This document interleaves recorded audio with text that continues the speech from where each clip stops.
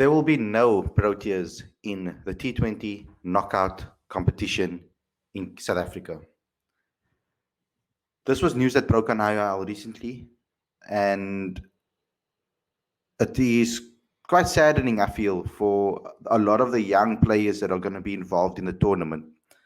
But not only for that, I feel that there won't be competitive games that they will be having ahead of the World Cup. Now, we do know that there will be some warm-ups happening once the players get into the UAE. We do know that there will be practice matches organized in Durban when the Proteas leave for their camp. But that's about all the information we have.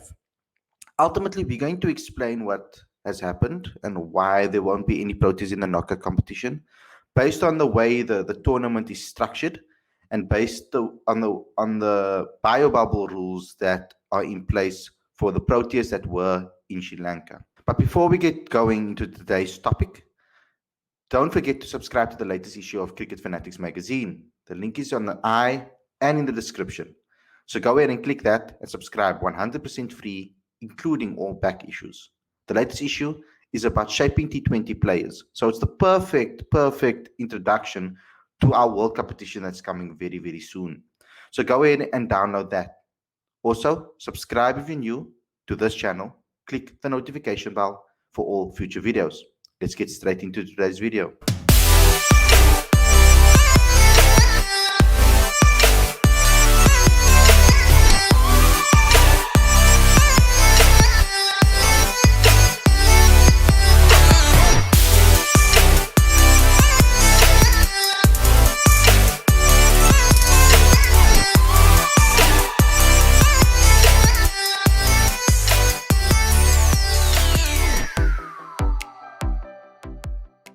Hey guys, welcome to Cricket Fanatics magazine. This is your daily show. I'm your host Khalid Mohidin. This is the show where we talk about all the major talking points in South African cricket.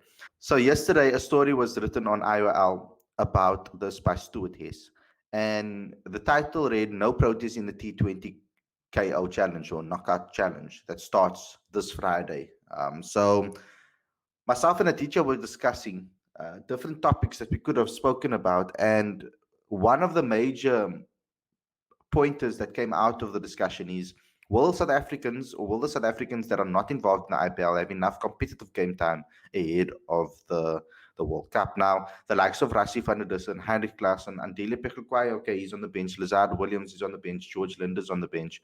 But there are others as well that are not involved in Riza Hendricks as well, that are not involved in the IPL. That's why it was so crucial that Aiden Markram actually got a contract, because if this had to happen for him and he's going to be playing in most games or every game in the World Cup, it could have been an issue. Likes of Dwayne Pretorius, what happens to him now? He's not going to get much game time. So let me just read the logistics behind it. Challenges were created by the tournament scheduling and biobubble demands for the T20 World Cup have put Cricket South Africa and the Proteas management in a bind. Instead of playing the new T20 knockout competition, which starts on Friday, the 11 players, including the 3 in the reserve unit, will rest until the end of the week and then go into a training camp in Durban. They will depart for the United Emirates on October 2nd, serve a strict 6-day quarantine, and once cleared, can start training ahead of the World Cup. So it is a massive chunk of time that they just be quarantining. It's going to be so mentally taxing for these players to do so. So ultimately, the guys that are in the IPL, they get a mental advantage, in my opinion. Being there ready, playing the games, I think they already have a mental advantage ahead of the guys that are traveling from other parts of the world. In the short training camp in Durban, they will include 2 matches against invitation teams selected from players in Western Province, Central Gauteng, Northern Cape, and Southern Western District teams will complete their Pool A matches this weekend.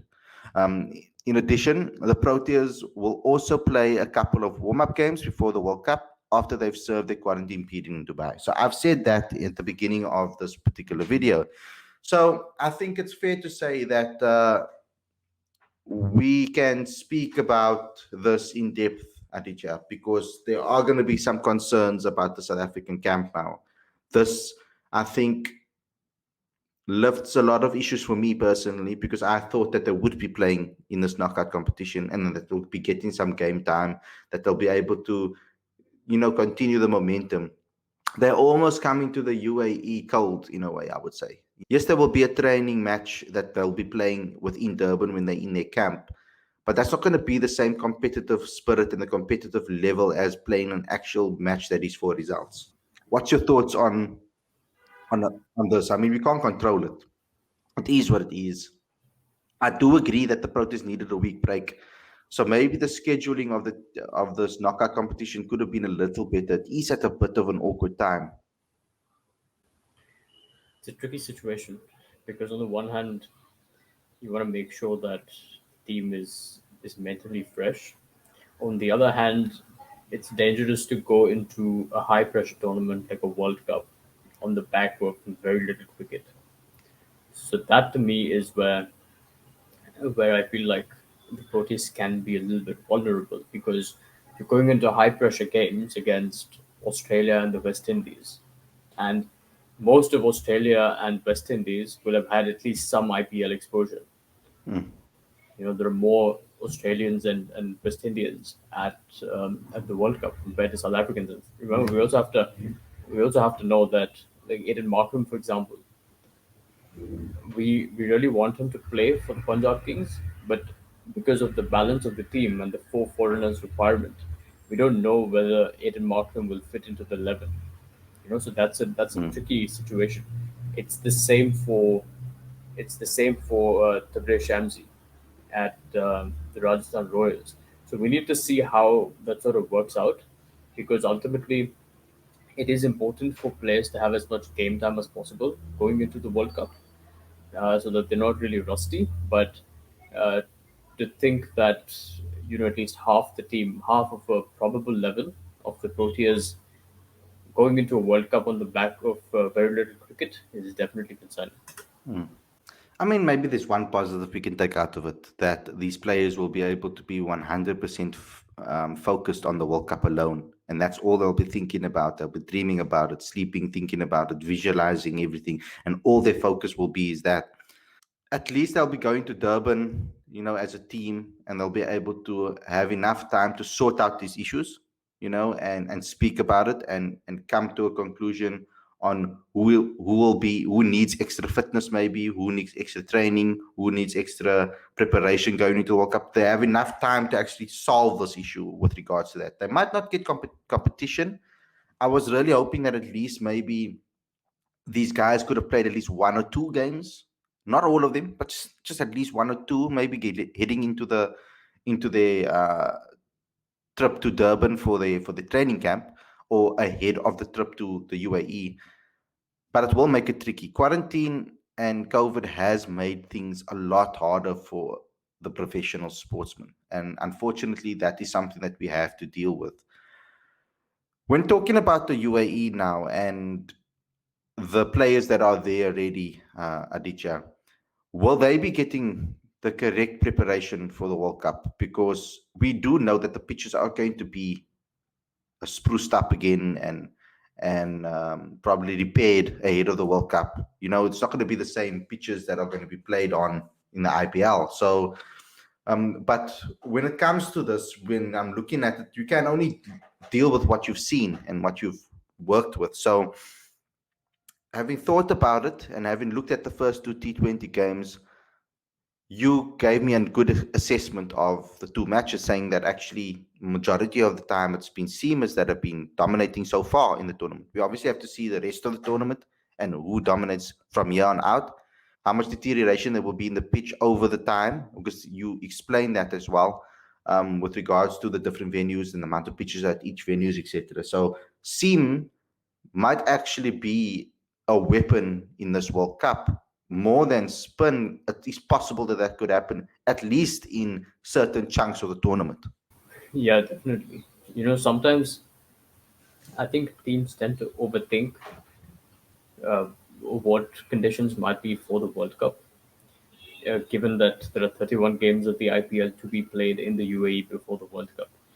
But we should also remember that of those 31 games, you're talking about three grounds, and that's, let's say that's about 10 games a ground, of which there are different pitches that curators could use. So it's not like one pitch is going to have all of those games. Mm. So those pitches may not be as tired as we might think they are. Additionally, for the World Cup, Oman is going to debut as an international cricket venue, Yeah. and no one knows what the conditions are going to be like in Muscat. Mm. So that's a separate issue. So that's an unknown for virtually everyone, right? So I don't know. So I know that there's been a lot of conversation about spin in the UAE being a critical factor, particularly for teams that have struggled against spin, like South Africa. Uh, but now that I'm watching the IPL and I'm looking at the condition of the pitches that the teams are playing on, it seems as if teams might be overthinking the degree to which spin might have an impact. That's not to say that they shouldn't prepare for it, but in doing that, they shouldn't forget that pace bowlers can present as much of a threat as spinners can on these wickets. Guys, Right? thanks a lot for tuning in. I hope you guys enjoyed this episode. I am a little bit concerned about the players, or that majority of the squad is not going to have any game time in this T20 knockout competition. I was hoping that they would get some games going into the World Cup. Unfortunately, that's not going to happen. We're going to have to rely on a warm up game in Durban, as well as some warm up games ahead of the World Cup. Unfortunately, there's going to be a massive break of players just being in quarantine and in bubbles, etc. So they're going to have a lot of time on their hands to be by themselves in their own mind.